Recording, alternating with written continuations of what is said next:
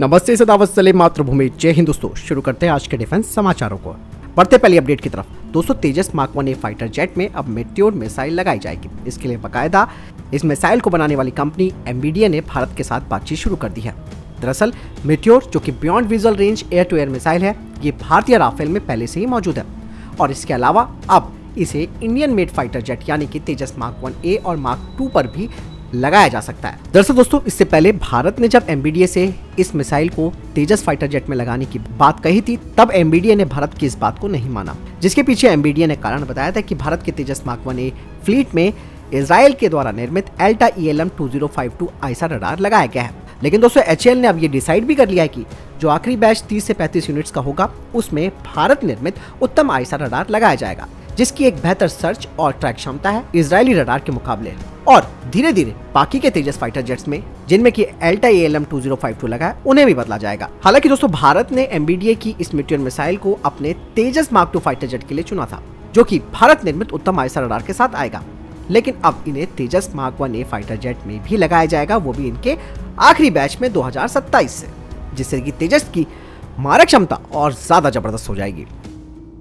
बढ़ते next update की तरफ। दोस्तों मैंने आपको डिफेंस अपडेट में बताया भी था कि ब्रह्मोस 2 मिसाइल को भारत और रशिया मिलकर तैयार करेंगे, लेकिन अब खबर ये आ रही है कि ब्रह्मोस 2 मिसाइल की जो कीमत है वो ब्रह्मोस 1 से करीबन 3 गुना ज्यादा होगी। और ब्रह्मोस 2 जो कि एक हाइपरसोनिक वेरिएंट भी होगा और इसकी जो रफ्तार है वो मैक 6 की होगी और रेंज 1000 किलोमीटर। दरअसल दोस्तों ब्रह्मोस 1 की जो कीमत है वो करीबन $4.85 मिलियन पर यूनिट है, जिन्हें कि भारतीय रुपयों में अगर बात करें तो 40 करोड़ रुपए। लेकिन दोस्तों भारत लगातार 2004 से इन मिसाइलों का प्रोडक्शन कर रहा है और इनके 3 अलग अलग प्रकार बना चुका है। और ये जो ब्रह्मोस 2 होगी इसका स्टार्टिंग प्राइस होगा करीबन $14.5 मिलियन पर यूनिट, यानी कि भारतीय रुपयों में 120 करोड़ रुपए। और 2030 से ये उत्पादन में शुरू हो जाएंगी और 2050 तक इनका उत्पादन होता रहेगा। हालांकि ब्रह्मोस 2 ब्रह्मोस मिसाइल की जगह तो नहीं लेगी, क्योंकि दोनों की भूमिका अलग अलग रहेगी। और ये नहीं दोस्तों, जो पहले वाली ब्रह्मोस है, भारत अब उसकी स्पीड को भी बढ़ाने के लिए काम कर रहा है, जिसकी स्पीड करीबन मैक 4.5 तक ले जाई जाएगी और इसकी रेंज 290 किलोमीटर से बढ़ाकर 450 किलोमीटर किए जाने की योजना है और बाद में 800 किलोमीटर। बढ़ते नेक्स्ट अपडेट की तरफ। दोस्तों बीएसएफ ने भारत पाकिस्तान सीमा के पास 12 किलो 138 ग्राम हेरोइन बरामद की है। दरअसल पंजाब के अमृतसर के एक गांव में ये पाकिस्तानी ड्रोन घुसा था, जिस पर बीएसएफ ने फायरिंग की, लेकिन ये पैकेट गिराकर लौट गया। इस मौके पर मौजूद जवानों ने यहाँ पर सर्च अभियान चलाया और हेरोइन की 5 बोतलें बरामद की। बढ़ते नेक्स्ट अपडेट की तरफ। दोस्तों LCA तेजस प्रोग्राम ने आज एक बड़े माइलस्टोन को छुआ है। HAL के द्वारा निर्मित पहले series production standard LCA trainer ने अपनी पहली उड़ान भरी और लगभग 35 मिनट की सफलतापूर्वक उड़ान करने के बाद ये उतरा। बढ़ते नेक्स्ट अपडेट की तरफ। दोस्तों भारत और फिलीपींस के बीच चौथी संयुक्त रक्षा सहयोग समिति की बैठक अभी हाल ही में पूरी हुई है। इस बीच दोनों देशों के बीच चल रहे द्विपक्षीय रक्षा सहयोगों की समीक्षा की गई और संबंधों को और ज्यादा विस्तार देने के तरीकों पर बातचीत हुई। दोनों देशों की तरफ से संयुक्त बयान में कहा गया है कि दोनों ही देश मिलकर आपसी विश्वास, समझ और लोकतंत्र के साझा मूल्यों और कानून के शासन के आधार पर रक्षा सहयोग को आगे भी बढ़ाते रहेंगे।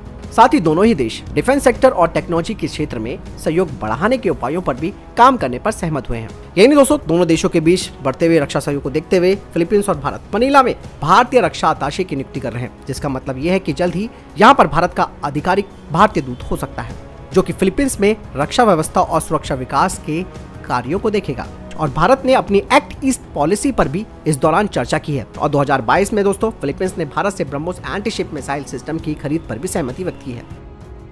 बढ़ते नेक्स्ट अपडेट की तरफ, जो कि चाइना से आ रही है। दोस्तों चाइना की मीडिया की तरफ से कहा जा रहा है कि उन्होंने एक इलेक्ट्रोमैग्नेटिक राइफल को तैयार किया है और ये जो नई इलेक्ट्रोमैग्नेटिक राइफल है वो प्रोजेक्टाइल को तेज करने के लिए 9 कॉइल का इस्तेमाल करती है, जो कि कॉइल के बगल में एक मैगजीन में जमा होती है। दोस्तों ये ट्रेडिशनल छोटे हथियारों के विपरीत, जो कि राउंड बुलेट्स को फायर करते हैं, ये इलेक्ट्रोमैग्नेटिक गन कॉइन के शेप के प्रोजेक्टाइल को फायर करती है। हालांकि ये जो इलेक्ट्रोमैग्नेटिक राइफल है इसे दंगा नियंत्रण करने के लिए डिजाइन किया गया है, क्योंकि सिक्के के आकार का जो प्रोजेक्टाइल है वो क्षति को कम करता है, लेकिन इसका फैलाव बड़ा होता है और इनका सस्ती कीमत पर भी निर्माण किया जा सकता है।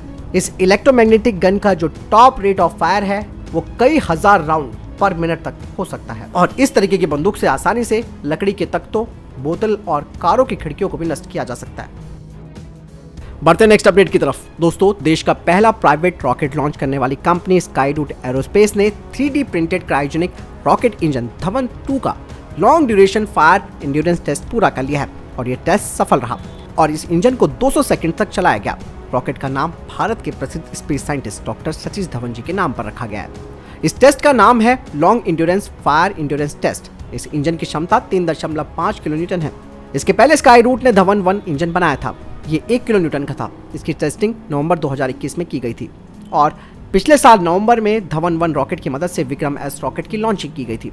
दोस्तों, धवन 1 इंजन की मदद से विक्रम एस रॉकेट करीबन 100 किलोमीटर की ऊंचाई तक पहुंच गया था। अब उम्मीद ये की जा रही है कि 3.5 किलोन्यूटन वाले धवन 2 इंजन से अगला रॉकेट धरती के लो अर्थ ऑर्बिट तक पहुंच जाएगा। स्काईरूट ने पहली बार देश में 3D प्रिंटेड क्रायोजेनिक बनाया है। पहली बार LNG के इस्तेमाल से रॉकेट उड़ाया गया है। ये सामान्य क्रायोजेनिक इंजन से अलग और किफायती है। क्रायोजेनिक इंजन में कई हिस्से होते हैं जिन्हें जोड़ा जाता है, लेकिन 3D प्रिंटेड इंजन में सारे पार्ट्स एक साथ जुड़े हुए प्रिंट किए गए हैं। 3D क्रायोजेनिक इंजन आम क्रायोजेनिक इंजन की तुलना में 30 से 40% सस्ते होते हैं। तो फिलहाल दोस्तों, ये तब तक के टॉप डिफेंस और स्पेस अपडेट्स। वीडियो के संबंध में कोई प्रश्न जवाब, आपको कोई सवाल है कमेंट सेक्शन में लिखकर जरूर पूछ सकते हैं। मिलता हूं नई जानकारी के साथ। चैनल जरूर सब्सक्राइब कीजिएगा।